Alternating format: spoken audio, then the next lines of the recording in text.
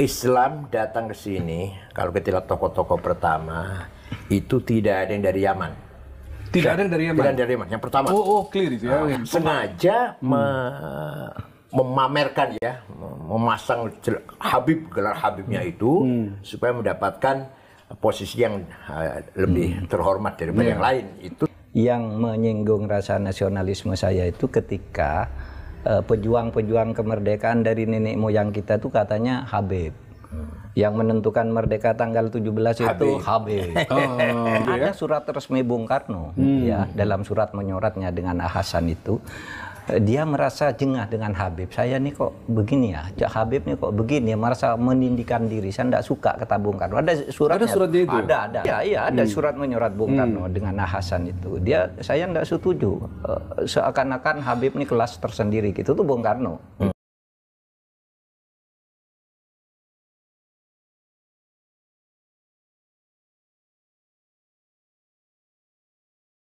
Pak Mahfud, saya potong. Mahfud tadi mengatakan bahwa orang menjual dengan sebutan menjual agama tapi dengan sebutan untuk pendukung yang segala macam. Belakangan lagi-lagi nih referensi di medsos ramai soal terakhir soal panggilan Habib Mahfud. Saya juga beberapa kali. Ahlinya beliau kita ingin mendengarkan netizen Ruang Sahabat itu dalam kacamata Kiai Said dan Pak Mahfud bisa menjelaskan itu fenomena apa? Apa yang terjadi sesungguhnya dengan Habib itu? Monggo, Pak Kiai. Jadi Islam datang ke sini, kalau kita lihat tokoh-tokoh pertama, itu tidak ada yang dari Yaman. Tidak ada yang dari Yaman? Tidak ada yang dari Yaman, yang pertama. Clear itu ya. Fatimah binti Maimun, Wasil, Syekh Wasil yang di Stonogedong Kediri, kuburannya. Itu di Nisabur. Dari Persia, kalau sekarang Iran ya, Nisabur. Syekh Ahmad Subakir, yang kuburnya di Goa, ya, di Sulawesi. Itu juga dari Khorasan. Syekh Kuro di Kerawang, itu dari Cina. Ya. Jadi Maulana Ishaq dari Tobruk, dari kota perbatasan Mesir Libya. Nah, kemudian setelah ada penjajah Belanda mendatangkan Arab dari Yaman itu. Dari Yaman. Periode berikutnya baru muncul. Jauh. Ini kan sebelum Wali Songo ya, kedatangan yang saya sebut tadi sebelum Wali Songo. Nah, di sini terjadi manipulasi ya. Sengaja memamerkan ya, memasang Habib, gelar Habibnya itu, supaya mendapatkan posisi yang lebih terhormat daripada yang lain. Itu berhasil seperti itu di Indonesia dan Malaysia dan Brunei. Malaysia juga ada ya? Iya. Untuk status sosial mereka dapatkan. Ya, kalau di Timur Tengah nggak ada. Di Mesir biasa aja, yang alim, yang berilmu, yang berkualitas ya dihormati orang. Yang tidak biasa jadi pegawai, jadi pekerja, walaupun di Alatos atau Assegaf, hanya di kita ini. Nah, saya bukan ahli nasab ya, hanya saja secara rasional, mereka itu katanya akhirnya Ubaidillah bin Ahmad Al-Muhajir bin Isa. Nah, tidak mungkin ada ahli bait namanya Ubaidillah, karena Ubaidillah itu gubernur Irak yang membunuh Sayyidina Husain dan saudara-saudara di Karbala. Namanya Ubaidillah. Karbala itu. Namanya Ubaidillah. Yang eksekutornya atas perintah Yazid, Khalifah Yazid. Al-Amawi. Maka ahli bait itu enggak ada namanya Yazid. Cari ada Habib namanya Yazid? Enggak ada. Amrun enggak ada. Muawiyah enggak ada lagi malah. Begitu Ubaidillah enggak ada. Cuma enggak ada Habib nama Ubaidillah. Nah, sedangkan itu katanya semua ini turunan Ba'alwi bin Ubaidillah bin Ahmad bin Isa bin Muqaddam, nanti Ja'far Shadiq. Jadi menurut saya rasional saja, tidak mungkin ada Habib namanya Ubaidillah. Itu artinya, tadi saya bukan ahli nasab. Pak Mahfud juga beberapa kali ditanya soal itu kan, oleh netizen. Saya itu ya bukan ahli nasab juga, tapi saya membaca filologinya Minahim Ali itu jelas ya. Nampaknya tidak ada kaitan itu antara apa yang sekarang disebut habaib di Indonesia itu dengan Ali atau dengan Nabi Muhammad apalagi gitu. Tetapi begini, saya tidak peduli itu apakah benar apa tidak. Dia ada kaitan. Bagi saya yang menyinggung rasa nasionalisme saya itu ketika pejuang-pejuang kemerdekaan dari nenek moyang kita itu katanya Habib. Yang menentukan merdeka tanggal 17 itu Habib. Waduh. Jadi klaim-klaim seperti itu yang Pak Mahfud terganggu gitu ya? Ada surat resmi Bung Karno, ya, dalam surat menyoratnya dengan Hasan itu. Dia merasa jengah dengan Habib. Saya nih kok begini ya, Habib nih kok begini, merasa menindihkan diri. Saya tidak suka, kata Bung Karno. Ada suratnya. Ada suratnya itu? Ada suratnya. Nanti bisa dilihat. Jadi Bung Karno tuh tidak bersahabat dengan Habib. Bahwa mungkin kenal tuh iya. Bahkan sesudah merdeka ketemu lalu di foto-foto itu iya. Gitu. Apalagi memberikan posisi yang lebih tinggi gitu ya. Ada itu ya? Iya, ada surat menyorat Bung Karno dengan Hasan itu. Saya tidak setuju. Seakan-akan Habib ini kelas tersendiri gitu tuh Bung Karno. Gitu. Nah dan ya tidak apa-apa sih jadi warga negara biasa, tapi jangan melebih-lebihkan ya. Seakan-akan dia lebih hebat. Apalagi ketika kasus itu rame kan, cerita-cerita bahwa misalnya ya ada seorang Habib itu minta uang ke kiai di Jawa Tengah gitu, ketika minta 40.000, 40 juta, saya hanya punya 10 juta, ditempeleng katanya. Astaga. Oh iya.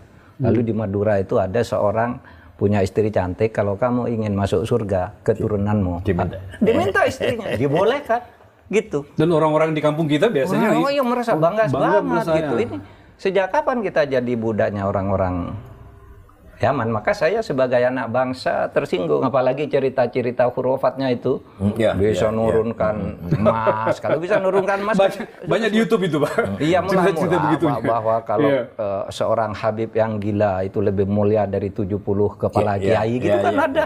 Nah, ketika cerita itu beredar kan ada yang berteriak tuh, Habib yang dari Habib yang rambut perak itu sama Habib Rizik. Coba tunjukkan kepada saya. Akan saya hajar sendiri kalau ada Habib begitu. Dikeluarkanlah omongan Habib Taufik, omongan ini. Semua video-video itu keluar. Semuanya video bohong. Kayak video-video tadi. Enggak dihajar tuh. Gitu. Sudah disebut ini alamatnya, ini namanya, tanggal sekian, ngomongnya ini sih. Enggak ada dihajar, katanya mau dihajar sendiri. Katanya, ayo keluarkan gitu. Nah, di situ saya kira kita tidak anti Habib. Habib yang baik sekali banyak di Indonesia ya toh. Kita punya Habib Quraisy Shihab, Habib Alwi Shihab, dan macam-macam banyak sekali yang sangat ini jadi panutan kita, orang yang berilmu gitu ya. Iya, tapi yang Habib-Habib yang seperti itu lalu ya kembali pada inna akramakum indallahi atqakum. Orang yang paling mulia, orang yang baik, berilmu, bertakwa, berakhlak, kita hormati. Habib kayak Cina kayak apapun dia gitu ya. Iya, betul. Sebaliknya orang fasik, orang yang perilakunya jelek ya nggak usah kita hormati lah. Clear itu ya. Baik.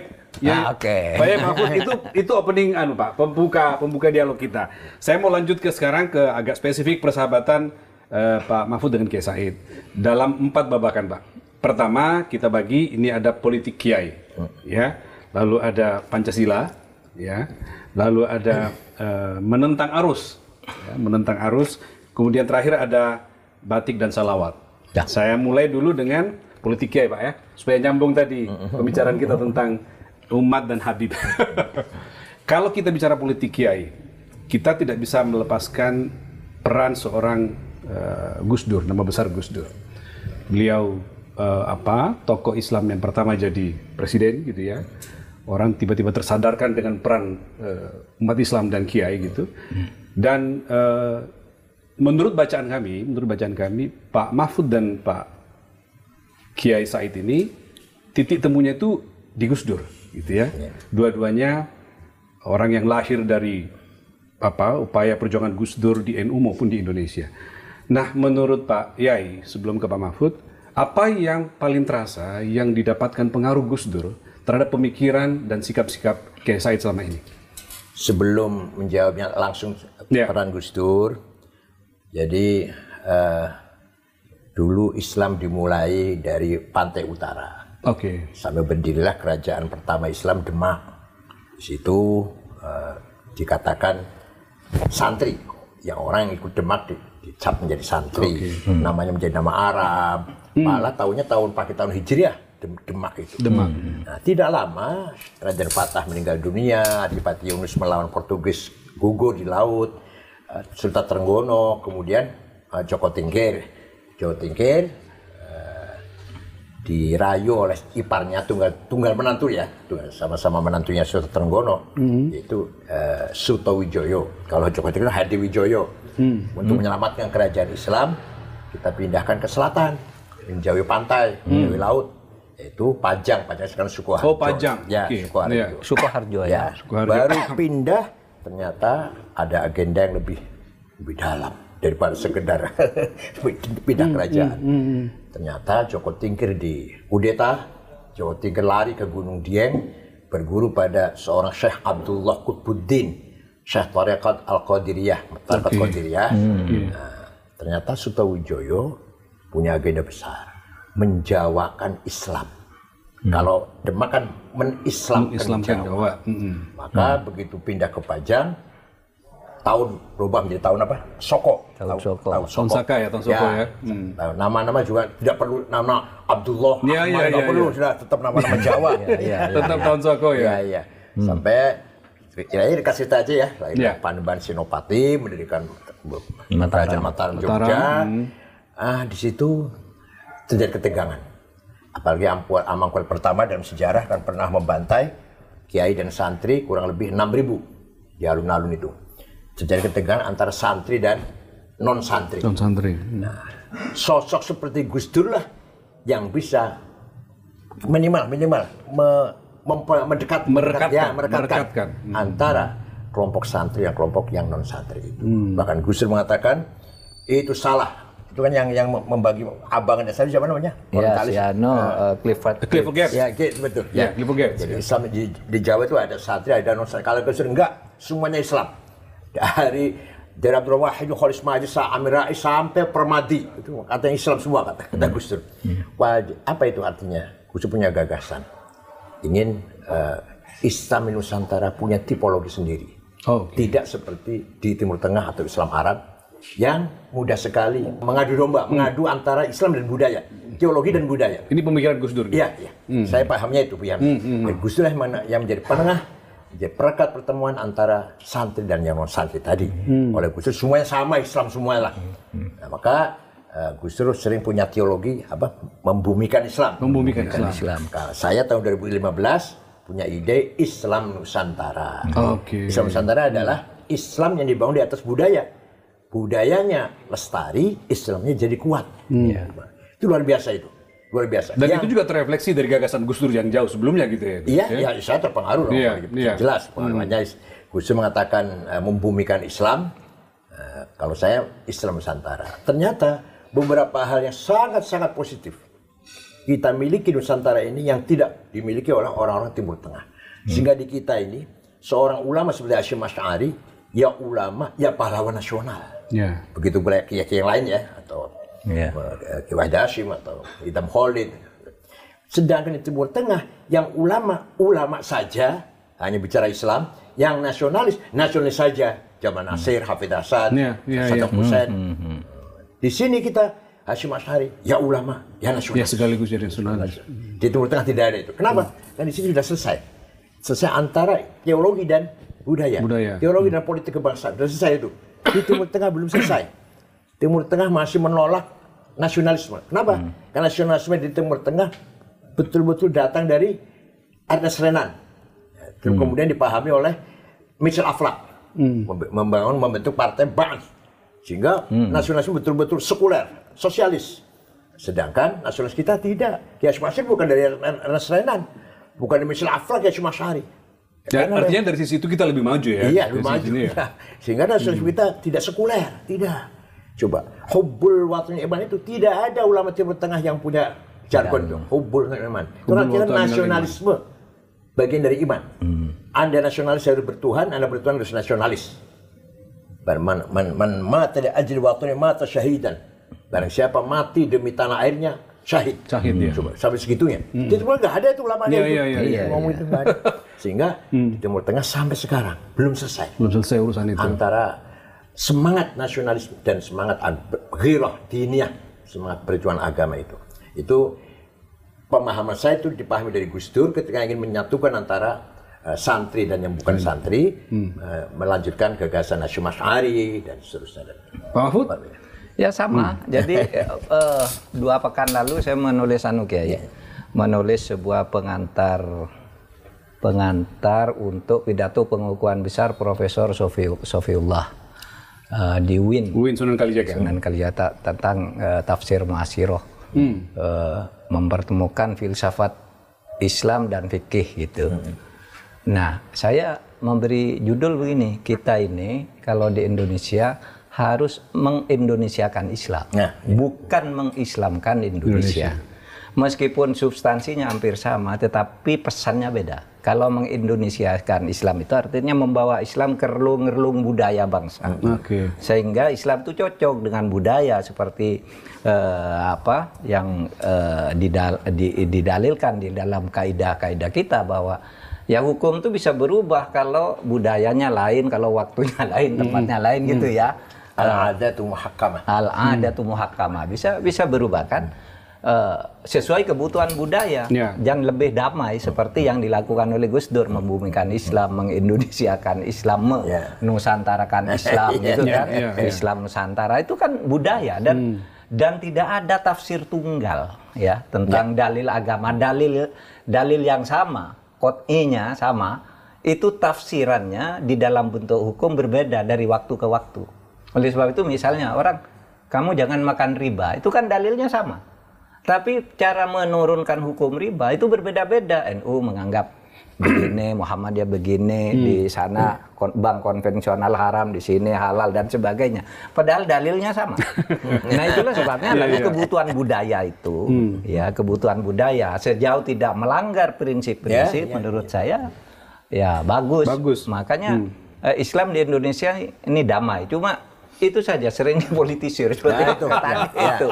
Lalu tapi unsur-unsur Arab radikal seperti dikatakan Kiai Said yang membedakan nasionalisme dengan apa namanya teologi. Iya, itu kan di sini masih sedikit-sedikit ada. Oleh sebab itu ada apa misalnya terorisme dan sebagainya yang punya pandangan harus begini gitu ya. Seperti dulu terjemahan lain, implementasi lain dari saya yang Ikhwanul Muslimin itu Kutub ya, Said Kutub ya. Yang kemudian sangat radikal itu yang kemudian banyak juga terimpor ke sini, tapi secara umum itu sudah bisa diatasi. Cuma kita harus hati-hati. Kita negara udah punya BNPT dan sebagainya ya, kemudian lembaga-lembaga yang menyiapkan. Ya, pesantren-pesantren sudah diajari tentang apa hidup berkebangsaan, apa namanya yang pluralis. Yang menariknya, di pesan itu ngaji fikih. Ketika kita baca kitab fikih, ya kisos, potong tangan, ada itu di pesantren. Ya rajam, ya potong tangan. Tapi kayak tidak pernah mendakwahkan itu. Ayah saya sendiri penceramah. Sebagai ilmu didapatkan. Iya. Tetapi sebagai implementasi tidak didakwahkan ke sana. Iya. Ayah saya itu kalau dakwah, ini contoh ayah saya sendiri kalau dakwah. Ayah saya itu Rois Syuriah cabang. Kalau dakwah, ayo puasa. Masih belum kuat. Ya, asal ada puasanya lah. Sebulan itu ada puasanya, jangan berat banget. Jangan kosong sekali gitu. Iya, ayo sholat. Begitu ya? Ayo sholat. Belum bisa 5 kali. Ya ada sholatnya lah sehari semalam itu. Sampai segitu. Puasa kalau enggak kuat sehari, puasa beduk. Iya, ada puasa beduk Pak ya. Saking enak kan.